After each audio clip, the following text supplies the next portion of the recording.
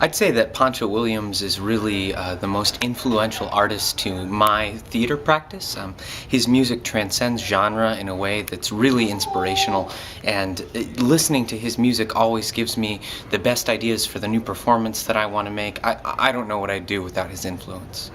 It's really hard thinking about a personal significance for Poncho Williams, just considering he plays such a major part of our collective cultural unconscious, you know.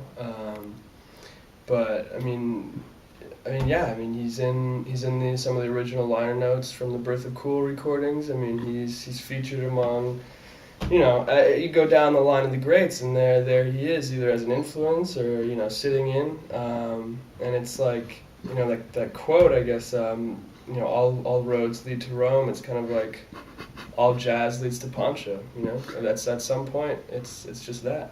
Poncho, what an amazing guy. You know, I think I met him, it was after that hurricane in the late 30s in New England. He had blown in, had a couple of horns, and somehow or other, he played enough money to rebuild the building when it came down in that cane. It was something. Have I heard of Poncho, the P-Funk Williams? Of course I heard of P-Funk. I remember it like it was yesterday. I was in my car. I used to cry a lot. My mom used to turn on the Poncho P-Funk Experience. He used to put me right to sleep. I'll never forget those days. Love you, P-Funk. Hey man, you don't talk to Poncho Williams. You listen to him. The man's enlarged my mind. He's a poet warrior in the classic sense. I mean, sometimes he'll you'll say hello to him, right? And he'll just walk right by you. He won't even notice you. And suddenly, he'll grab you and he'll throw you in a corner and he'll say, "Do you know that if is the middle word in life? If you can keep your head when all those about you are losing theirs and blaming it on you, if you could trust yourself when all other men doubt you." I mean, I can't. I'm a little man, but he's a great man. I should have been a pair of ragged claws scuttling across floors of silent seas. Wait, have you guys heard the 1974 hit "Don't Funk with Poncho"? Don't funk with Don't Poncho. Of course we know Don't Funk with Poncho. Don't funk with Poncho. Don't funk with Poncho. Funkin' Poncho. I like to funk a lot. Poncho Williams, yeah, I first heard of Poncho Williams in 1968 when he was on an Ornette Coleman record called New York Is Now. It was Ornette Coleman, Poncho Williams, Elvin Jones, and Jimmy Garrison on Blue Note Records. Yeah, that was pretty wild music. It really blew my mind. I subsequently found out that all of that music was based on Kant's transcendental aesthetic, and that was really what laid the cornerstone for his entire corpus, which actually makes a lot of sense once you read the Critique of Pure Reason and get to know Poncho as an individual, which I've been lucky enough to have done. Yeah, and you know, I've really been I guess I would say the cult of Poncho is what we call ourselves now. Glad to say that I'm a member.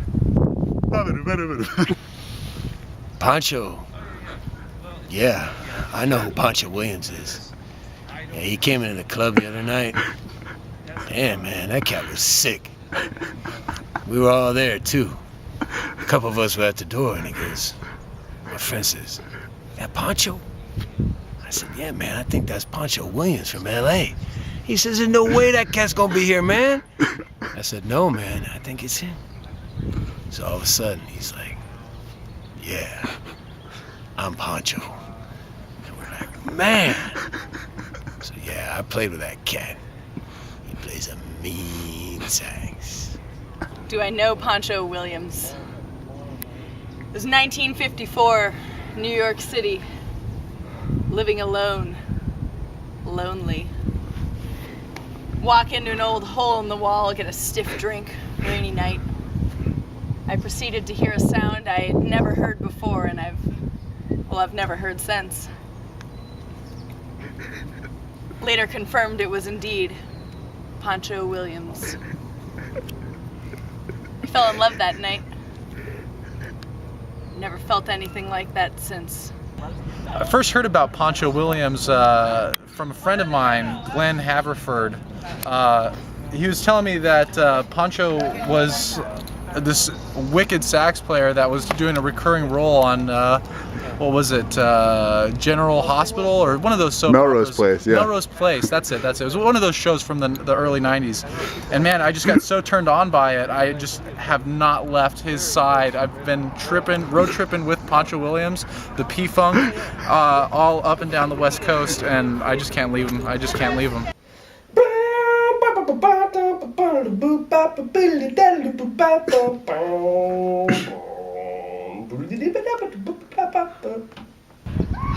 So the first time I heard Poncho Williams, I guess I should preface this by saying I went through a rough patch in the early 90s where I only listened to a lot of hip-hop, mostly anyone in the native tongues.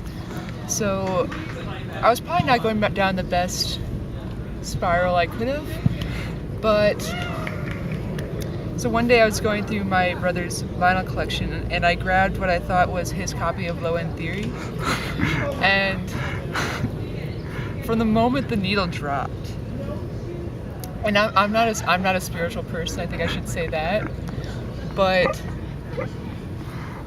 his smoothness hit me like a tidal wave, and I think I can safely say that he is the reason that I ended up going to college and climbed the professional ladder to my peak, which is the program director of Great Book Stanford.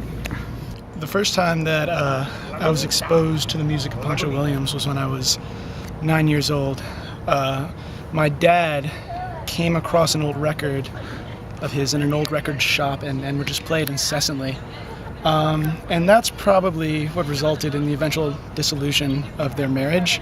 My dad would just take off for days, years at a time actually, and he said that, like the music, he couldn't be chained down. So, thanks, Poncho. I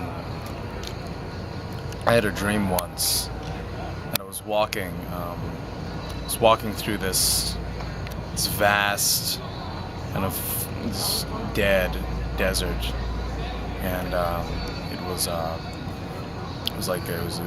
very dark, and I was trying to find my way, and I stumbled across in this vast desert this large stone door, monolith-like door. It was enormous, and the black doors, which I could barely make out, the silhouette I could barely make out in the middle of the desert, opened. And from it I heard the sound of Poncho Williams' saxophone.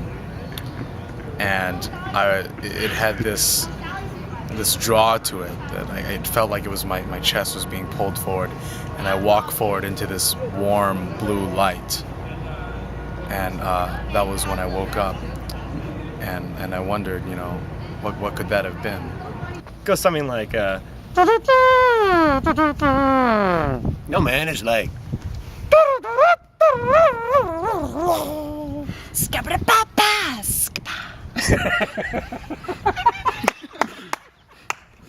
Someone's hating on Poncho.